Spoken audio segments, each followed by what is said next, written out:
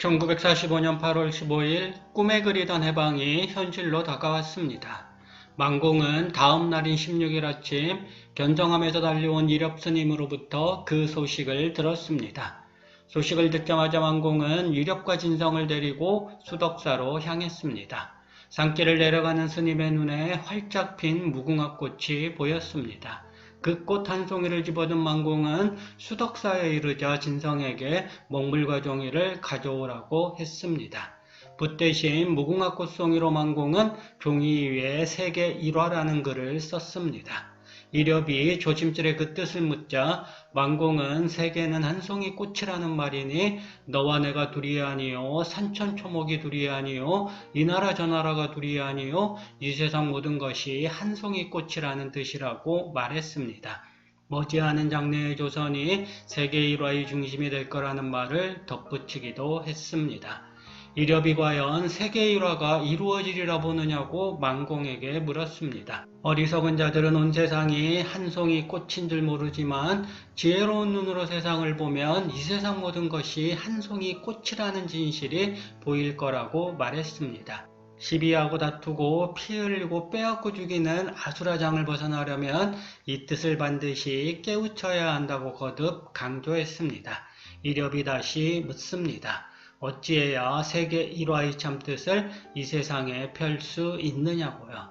그것은 아주 간단한 일이라고 만공은 말했습니다. 지렁이 한 마리도 부처로 보고 참새 한 마리도 부처로 보고 거린도 나병 환자로 부처로 보고 심지어는 저 미웠던 외놈들까지도 부처로 봐야 할 것이요 다른 종교를 믿는 사람마저도 부처로 봐야 할 것이니 그리하면 세상 모두가 편안할 것이니라.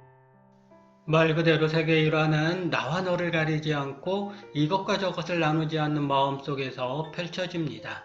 나와 너를 나누고 이것과 저것을 가리고 이쪽과 저쪽을 나누는 지금 세상과는 완전히 다른 모습을 지니고 있지요. 만공스님은 이 마음으로 세계 일화의 꿈에 앞장서는 나라를 꿈꾸었지만 알다시피 우리는 그런 세계의 끝자리도 밟지 못한 상태에 있습니다. 광복 후에도 만공스님은 덕순산 꼭대기에 있는 전월사에서 진성과 함께 지냈습니다.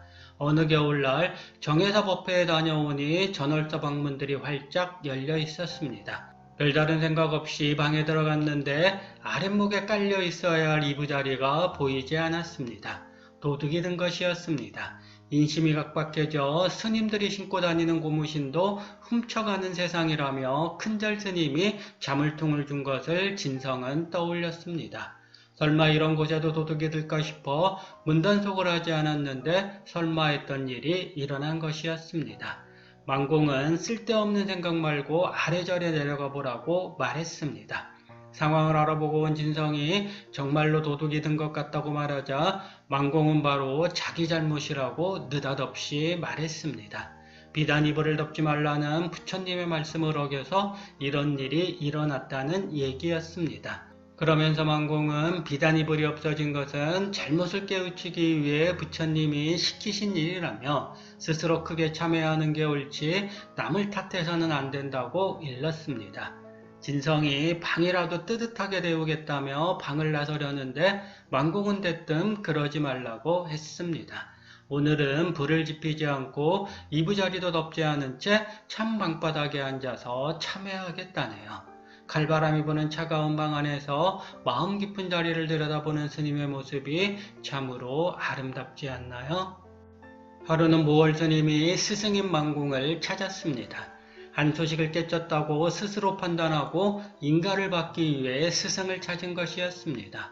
만공이 무슨 한 소식을 깨달았느냐고 묻자 보월은 글로 써봤다며 종이를 내밀었습니다. 종이를 손에 놓으라고 스승은 말했습니다.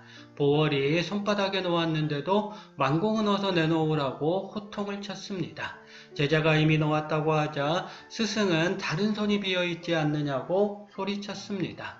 글로 써온 것은 그것밖에 없다고 하자 만공은 느닷없이 손 위에 올려진 종이를 구겨 던졌습니다. 그리고는 제자를 향해 외쳤습니다. 한 소식했다고 했거늘 이 종이 쪽지가 깨달음이란 말이냐? 정녕 허황된 글재주로 깨달음을 얻었다고 말한 것이냐? 보월이 아무 말도 내놓지 못하자 스승은 사정없이 주장자를 내리쳤습니다. 깨달음은 종이 쪽지에 있지 않다는 스승의 말을 뒤로한 채 보월은 방을 나왔습니다. 호랑이처럼 매섭게 제자를 다루는 망공의 품새가 느껴지지 않나요? 보월 스님의 이야기는 어느 여름날에 벌어진 수박 공양 법문으로 이어집니다. 더위에 지친 제자들을 먹이려고 수박 여러 통을 사온 망공 스님이 제자들을 불러 모았습니다. 시키는 것을 제대로 하는 사람은 거저주고 제대로 못하면 동전 3푼을 수박값으로 받겠다네요. 마침 매미 소리가 들려왔습니다. 망공은 저 매미를 잡아오는 사람은 수박을 거저 먹을 것이요 잡아오지 못하는 사람은 동전 3푼을 내야 한다고 말했습니다. 한 제자가 먼저 일어나 기둥에 붙은 매미를 잡은 듯이 둥글게 손을 말아서는 매미를 잡아왔다고 말했습니다. 어떤 제자는 매미와 똑같은 소리를 냈고 다른 제자는 하를 외쳤으며 또 다른 제자는 주먹을 들어 보였습니다. 그때마다 망공은 어김없이 3푼을 내놓으라고 말했습니다. 뒤늦게 보월이 수박공양이 벌어진 자리로 들어왔습니다. 망공은 자초지정을 선명한 후 자녀라면 어찌하겠느냐고 물었습니다. 보월은 아무 소리도 하지 않고 주머니에서 동전 3푼을 꺼내서는 스승 앞에 내놓았습니다. 그것을 본 한 제자가 대답도 안 하고 왜 동전부터 내어놓으냐고 외쳤습니다.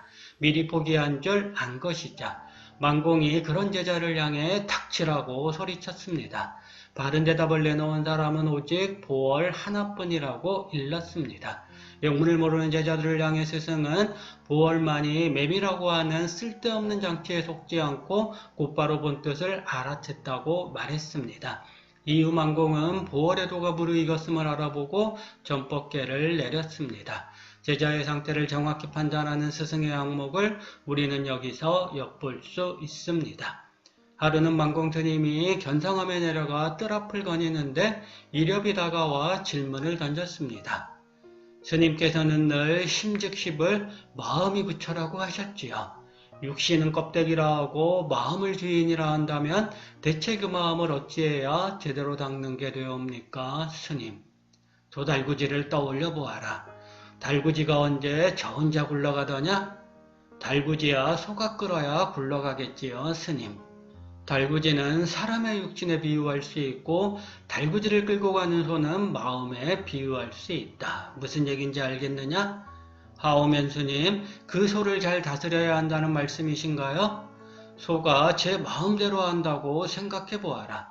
끌고 싶으면 끌고, 멈추고 싶으면 멈추고, 달리고 싶으면 달리고, 채소밭에 구르고 싶으면 구르고, 마당으로 뛰어들어 사람을 치고 싶으면 치고.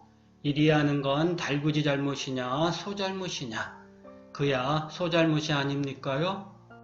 사람의 몸과 마음도 그와 같다. 마음이 미쳐 날뛰면 욕설을 하고 미워하고 칼을 휘두르고 도둑질을 하고 사함을 하고 온갖 악행을 저지른다. 그러면 그게 육신의 죄이겠느냐, 마음의 죄이겠느냐? 마음의 죄겠지요, 스님. 하면 달리는 달구지를 멈추게 하려면 달구지를 때려야 하느냐, 소고삐를 잡아당겨야 하느냐? 소고삐를 잡아당겨 소를 다루어야 하겠지요. 그럼 육신으로 나쁜 업을 짓지 않으려면 육신을 다스려야 하느냐, 마음을 다스려야 하느냐?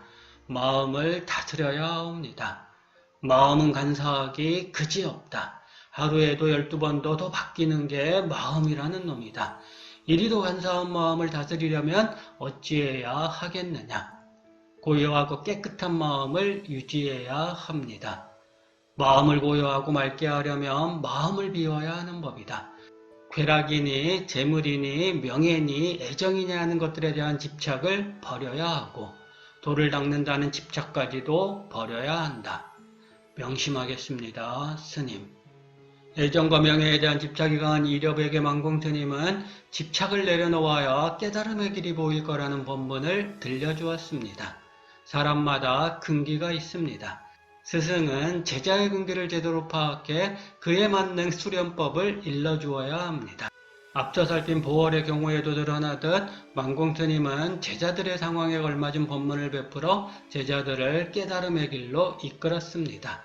스승은 그저 길을 보여줄 뿐입니다. 그 길 위에서 누군가는 깨달음을 성취하고 누군가는 한없이 고민하며 또 누군가는 그 길을 포기하고 속죄로 돌아가는 길을 선택합니다.